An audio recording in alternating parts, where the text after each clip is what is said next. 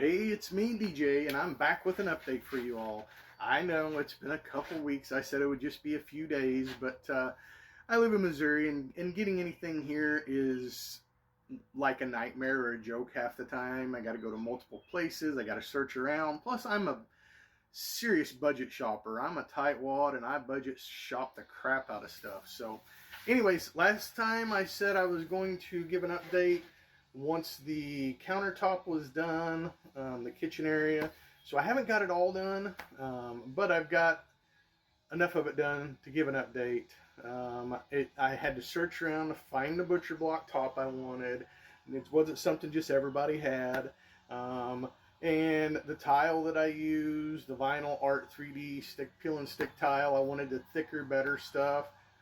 You know, that's 40 bucks a box, and you can find it cheaper. Again, being a budget shopper like I am, I could find it cheaper, but it was going to be like a month before they could get it to me. So, or at least that's what their estimated dates were. It was right at a month. But I ended up, after several days of searching, finding two brand new unopened boxes someone had bought and never used on eBay. 40 bucks for 2 boxes.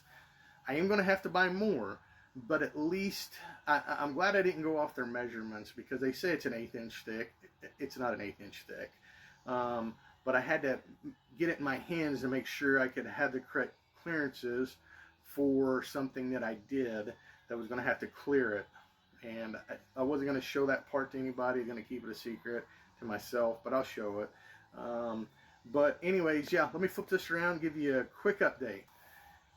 Here is the Butchrr Block countertop out here a little bit, all in, and the subway tiles in over here. It looks like crap because it still has all the plastic covering on it, but it's in. And this right here, this is a piece of cutoff. I just have it sitting there temporarily. A piece of cutoff from the 6-foot counter that I bought. And I wanted this to I've got the brackets ordered, and everybody knows what they are. It'll just sit here, and then when I want to flip it out, it comes out right about where it's at, just even instead of too high like it is right now. But yeah, that's just a cutoff from that Butchrr Block counter. And I just went and got a nice piece of hickory and edged it out. And there I have my extension for my counter. Back here, this is a spot for all of my spices and rubs and oils and whatever I want to put in back there. The reason I needed the tile is so I could put it up first, because again, if I had went off their 1/8 inch claim on their site, that was incorrect. It's actually about a 1/16, but I would have had a little more of a gap than I wanted. But the reason I needed to gap it is because storage under there.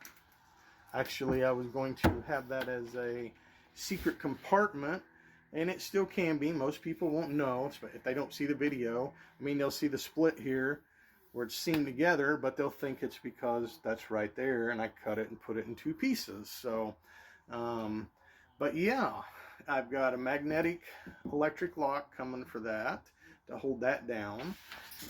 Back here, this piece back here, like I said in my last video, was the big metal panel with the oxygen hookups and all sorts of stuff in it.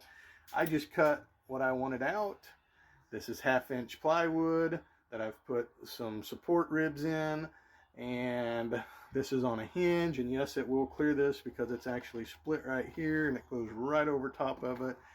That way I can get back in there to hook wiring up, whatever I need. So yeah, and my corner over here didn't line up exactly. I figured out, measuring off of things in the ambulance, they may be built well, but they're not built exactly true and plumb. So that corner's a little off, but I'm gonna have a big tall bottle there or something. Nobody will ever notice it or see it. It'll just be me, and whoever sees this video, that'll know it. Yeah, and then this will get all subway tile all the way around in here. However, this is like I believe I said in my last video, I was going to put my microwave up here. but I wanted one of the microwaves with the built-in air fryer and the convection oven. And I bought it, brought it home, opened it up, started reading the instructions for clearances around it. Didn't realize, because the elements in the top of that, you got to have 8 inches above clearance for the air fryer and the convection part. Now, if I do that, of course, this is already 4 inches shorter inside than I am. I'm already bent over, you know, about 4 inches, squatting or whatever, hunkered over. But if I give myself 8 inches from the ceiling down, that's going to put the microwave clear down to here. And then I'm just going to have this little bitty space right in here, which is what, about 14 inches, to get underneath to my sink. And my faucet would almost be up touching it, but I would have to be bending down here to get to my sink all the time. So after some brainstorming, I bought a couple linear actuators, and this is going to be an elevator shelf. Whenever I need to use the air fryer or the convection oven, you know, I'll make sure I don't have much I need to do with the sink or nothing at all. Put my food in there to let it cook, and this will lower down to right about here.